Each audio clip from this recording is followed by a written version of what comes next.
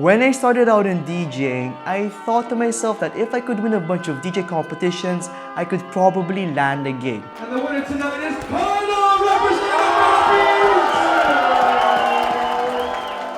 And if I learned the most complicated DJ trick out there, I could probably be a sought-after DJ.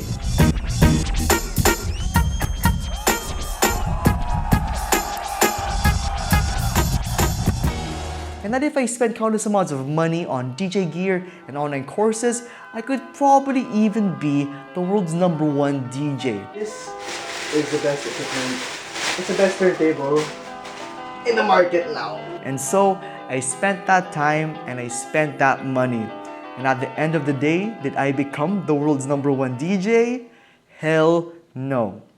At the end of the day, I was still an antisocial, shy bedroom DJ with no gigs, no connections, and no friends.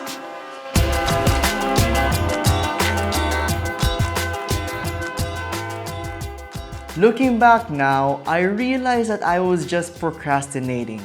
Yeah, I pulled the trigger and bought DJ gear, and yeah, I learned the most complicated scratch at only 16 years old, but I didn't learn how to socialize, get gigs, make friends, make connections, and more importantly, build a DJ career.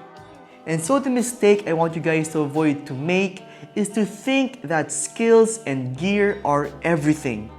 They are not. And the sooner you accept the reality of our industry, the better off you will be, because the sad fact is, there will always be a big titted girl who's gonna get more gigs than you or me combined. No offense to girls with big titties.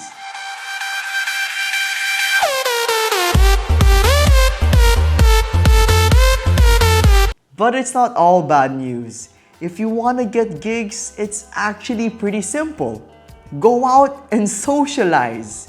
Go to the nights, clubs, and bars you want to play at, and legitimately make friends with the bartenders, the promoters, the DJs, and club owners, and support their night each and every night you have the opportunity to attend.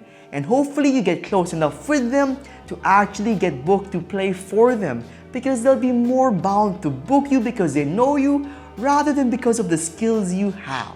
If you want to be good in DJing, there's really no need for you to spend a lot of money on expensive online DJ courses, because to be honest with you, most of them are irrelevant. Because when you're DJing in front of a crowd, nobody really cares if you know how to do a loop sync transition or build a filter switch transition or a swing flare scratch. Because the truth is, 99% of the crowd aren't DJs. They're just normal people who want to have a good time. But what the crowd does care about though is, are you beat matching correctly? Are you blending songs in smoothly?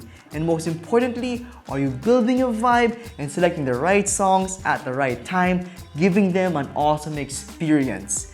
And knowledge and wisdom on that can never be bought. And the same goes to real DJ skills and buying expensive DJ equipment.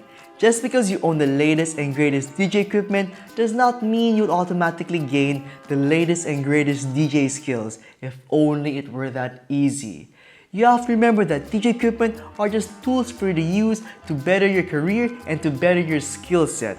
At the end of the day, it's what you do with it that matters the most. So, to you beginner DJs, props on buying your first DJ gear.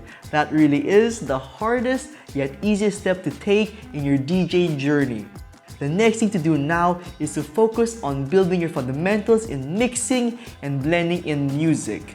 And once you perfect that and feel the need to become better and even more than just a bedroom DJ, it'll be time then to apply my advice and go out, socialize, make connections, and build your DJ career one event at a time, one friend at a time, and one night at a time. Because at the end of the day, success will never happen to you just by having skills and a lot of DJ gear. Success will only happen when you leave your comfort zone, also known as your bedroom. Okay, I just realized that this video sounded pretty anti-practice and pretty anti-joining DJ competitions. Well, that isn't the point. The point of this video is to let you guys know that over practicing and buying expensive DJing gear can be forms of procrastination, delaying you from what you should really be doing, which is going out, socializing, and building your DJ career. What are the ways to build your DJ career?